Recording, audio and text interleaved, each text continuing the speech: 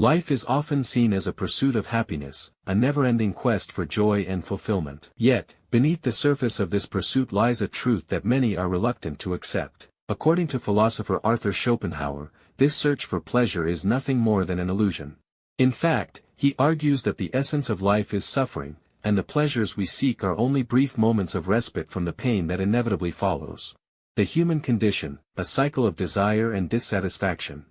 Schopenhauer's philosophy is built on the idea that life is a continuous cycle of desire, suffering, and brief, fleeting moments of relief. Humans, by nature, are creatures of desire. From the moment we are born, we are driven by an unrelenting pursuit of pleasure. Whether it's in the form of success, relationships, wealth, or material possessions. Schopenhauer described pleasure as a temporary escape from the fundamental suffering of existence. Think of it like a brief interlude in a symphony of pain. Whether it's the pleasure we get from a new possession, a moment of victory, or the fleeting joy of a vacation, these experiences are not lasting.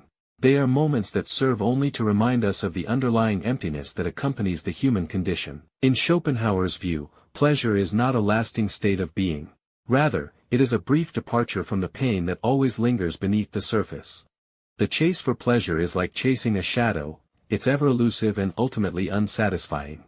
The hedonic treadmill, a modern paradox.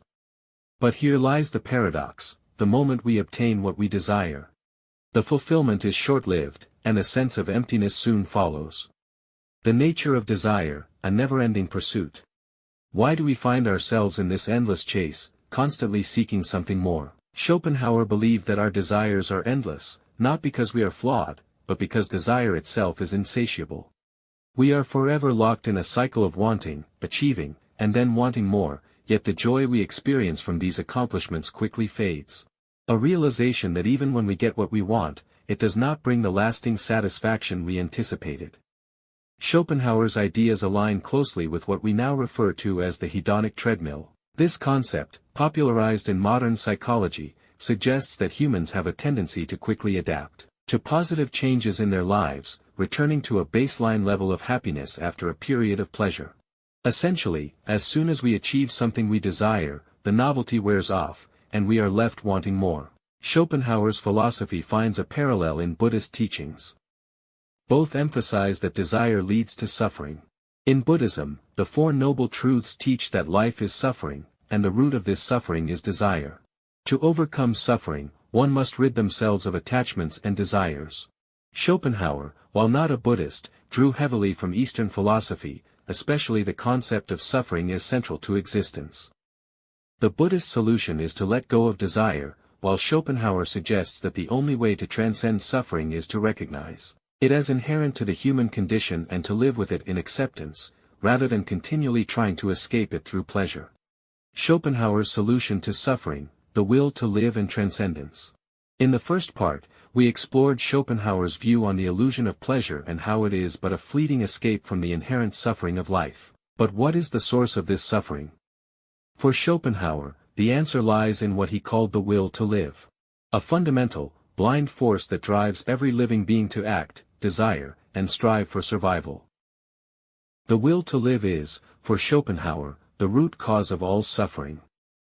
This force is irrational, insatiable, and indifferent to human happiness. It is a blind striving that propels us forward, yet it is never truly satisfied.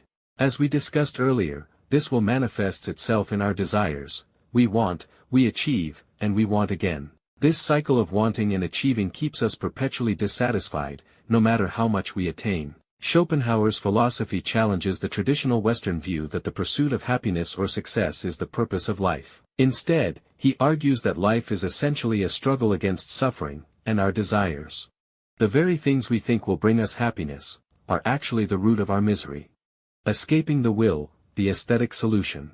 So, how can we escape this perpetual cycle of suffering? He believed that art, whether through music, painting, or literature, provides a temporary escape from the relentless demands of the will. When we engage with art, we momentarily transcend the will to live, experiencing a state of pure contemplation. In these moments, we are not concerned with our desires or material needs. Instead, we are immersed in beauty. allowing the external world to enter our consciousness without the interference of the ego or personal desires. When we encounter a masterpiece, we forget our own struggles and connect to something eternal and beyond. Schopenhauer's love of music, especially the works of composers like Beethoven, illustrates this point. He saw music as the highest form of art because it directly connects us to the world of pure forms, bypassing the limitations of the physical world and offering us a glimpse of the timeless essence of existence. Beyond art, Schopenhauer suggested a more radical solution to life's suffering: the denial of the will. This idea finds its roots in asceticism, the practice of renouncing worldly pleasures and desires in order to transcend the pain of existence. For Schopenhauer, true freedom from suffering could only be attained when a person abandons the pursuit of personal desires and adopts a more detached, ascetic way of life. This path is not easy. It requires one to resist the fundamental urges that drive us toward pleasure, success, and material gain. The more one denies the will, Schopenhauer argued, the more one can experience inner peace. By denying the will, Schopenhauer believed that we could experience a form of freedom that transcends the usual human condition. Rather than being enslaved by desire, we could embrace a more peaceful existence, free from the constant churn of wants and dissatisfaction. Schopenhauer versus modern views of happiness. Schopenhauer's perspective on happiness and suffering offers a stark contrast to more modern philosophies of happiness. Today, many people focus on self-actualization, material success, and the pursuit of pleasure as key. Yet, Schopenhauer would argue that these modern strategies are often misguided. The pursuit of happiness, in his view, is an endless chase that distracts us from confronting the deeper issues of suffering. Rather than focusing on self-improvement or material gain, Schopenhauer's philosophy calls for a re-evaluation of what truly constitutes a meaningful life. His answers lie in transcending desire, embracing art and beauty, practicing asceticism, and acting with compassion. True fulfillment, he argues, is not in the pursuit of endless pleasure or personal gain, but in the acceptance of life's inherent suffering and the recognition of our shared human condition. The role of compassion, a moral solution. In addition to the aesthetic and ascetic solutions to suffering, Schopenhauer also emphasized the importance of compassion as a moral solution to human suffering. While he saw human existence as ultimately tragic, he believed that we could find meaning by recognizing the suffering of others and striving to alleviate it. This form of ethical living contrasts with the egoism that dominates much of human behavior. Compassion, for Schopenhauer, is the antidote to the self-centered will that causes suffering. When we act out of compassion, we transcend the ego and recognize the shared suffering of all beings. In this way, compassion becomes not just a moral duty, but a way of finding redemption and meaning in a world full of pain. It is through compassion that we can find a deeper sense of connection with the world and reduce the suffering of others, thus softening the overall impact of the will. Schopenhauer and Nietzsche, the will to power. One of the most prominent philosophers influenced by Schopenhauer was Friedrich Nietzsche, who took Schopenhauer's concept of the will and developed it into his own idea of the will to power. While Schopenhauer viewed the will as a destructive force that leads to suffering, Nietzsche saw it as a source of strength and creative potential. For Nietzsche, the will was not merely a force that leads to suffering but also a means to transcend weakness and limitation. Nietzsche ultimately rejected Schopenhauer's pessimism and asceticism, advocating instead for a more affirmative approach to life, where individuals embrace struggle as a means of achieving greatness. Schopenhauer and psychology, the unconscious and the subliminal. Schopenhauer's influence extended well beyond philosophy into the emerging fields of psychology and psychoanalysis. His idea that the will operates largely outside of conscious awareness laid the foundation for Freudian psychoanalysis. Sigmund Freud's concept of the unconscious echoes Schopenhauer's belief in the hidden, irrational forces that shape human behavior. Freud's focus on repressed desires and unconscious drives can be traced back to Schopenhauer's views on the unconscious will that directs our actions and desires without our full awareness. Moreover, Schopenhauer's interest in the pleasure principle and the drive for satisfaction influenced the development of modern psychology, where scholars have explored how unconscious motivations impact everything from addiction to relationships. Schopenhauer's work serves as a precursor to many psychological theories that emphasize the irrational aspects of the human mind. Practical applications of Schopenhauer's philosophy. Schopenhauer's ideas, while deeply philosophical, also have significant practical applications in modern life. His focus on suffering and the human condition can help us navigate the complexities of modern existence. First, reducing suffering, the practice of acceptance. One of the most practical applications of Schopenhauer's philosophy is the acceptance of suffering as an inevitable part of life. Rather than running from pain or seeking constant pleasure, Schopenhauer teaches us to face life's challenges head-on. Mindfulness practices, as popularized by modern psychology, align with Schopenhauer's advice to acknowledge suffering without becoming consumed by it. Second, the role of compassion in modern life. Schopenhauer's emphasis on compassion provides an ethical framework that can be particularly useful in today's increasingly individualistic world. By focusing on the suffering of others, we shift our attention away from our own desires and egos. Whether through volunteerism, charitable acts, or simply listening with empathy, compassion can be a powerful tool for reducing the emotional toll of our individualistic culture. Third, art as therapy. Many modern art therapies, whether through painting, music, or dance, draw on this idea to help individuals express emotions that may be otherwise difficult to articulate. Art provides a means of confronting the irrational forces of the unconscious and can serve as a healing tool for individuals facing emotional turmoil. Fourth, the path to inner peace, asceticism and simplicity. In a world consumed by consumerism and the constant pursuit of more, Schopenhauer's advice to embrace a simpler, more ascetic life has relevance today. Minimalism, the movement focused on decluttering physical possessions and focusing on the essentials, echoes Schopenhauer's call to reduce desires and distractions. By living more intentionally and resisting the pull of excessive materialism, we can create space for inner peace and focus on what truly matters in life. Schopenhauer on relationships and human interaction.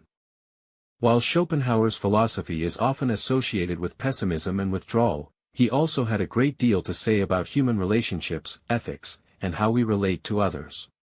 Schopenhauer's thoughts on relationships, particularly his views on love, desire, and compassion, offer insight into how we can form meaningful connections with others despite the inherent suffering in life. The will and human relationships. According to Schopenhauer, relationships between individuals are often driven by the will to live and the will to power. In the case of romantic relationships, Schopenhauer believed that much of what we experience as love is really a projection of the biological imperative to reproduce and perpetuate the species. He argued that the feeling of love is often nothing more than a manifestation of the will's desire to ensure survival. While this view may seem cynical, Schopenhauer also acknowledged the importance of companionship and mutual understanding. He recognized that human beings are fundamentally social creatures and that connection with others is an essential aspect of our existence. Even if love is driven by primal instincts, it can still offer comfort, stability, and meaning in life. It is through companionship and mutual support that we can find a degree of solace and alleviate the suffering that inevitably accompanies existence. Compassion as the foundation of ethics. Schopenhauer believed that all human beings share the same underlying will. And that by recognizing the suffering of others, we can overcome our individual desires and identify with the suffering of our fellow creatures. In this sense, compassion allows us to transcend the ego and act for the greater good. It is not motivated by the desire for rewards or recognition, but rather by the recognition of shared humanity. Schopenhauer's moral philosophy provides a powerful ethical framework for navigating relationships and society. Instead of adhering to rigid rules or pursuing personal gain, individuals should strive to reduce the suffering of others by acting with compassion and empathy. The role of selflessness in relationships. In relationships, Schopenhauer argued that true love and connection come from a genuine concern for the well-being of others, rather than a pursuit of personal desires or egotistical goals.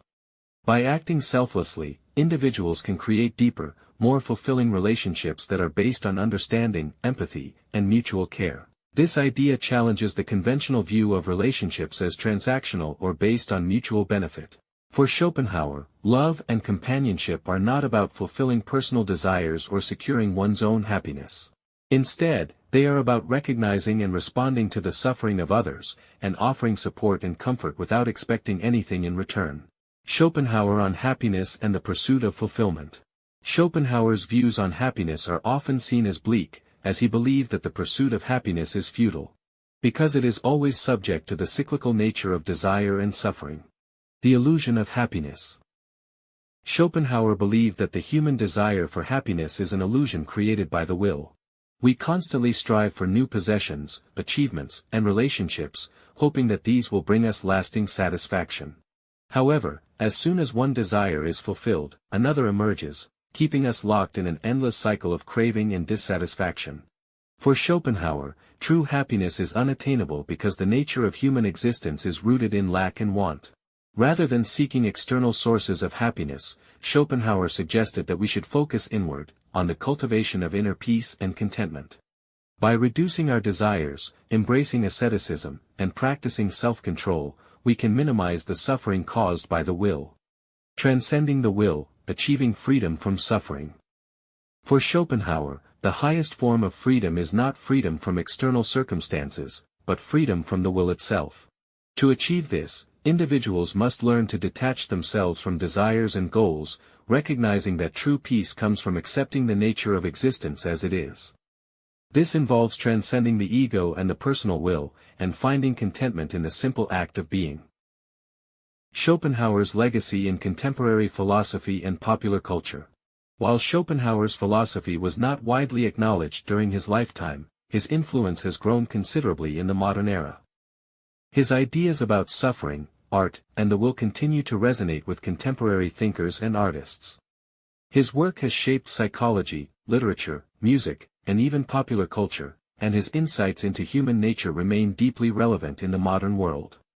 Arthur Schopenhauer's philosophy, though steeped in pessimism, offers us a powerful lens through which we can understand the core of human existence.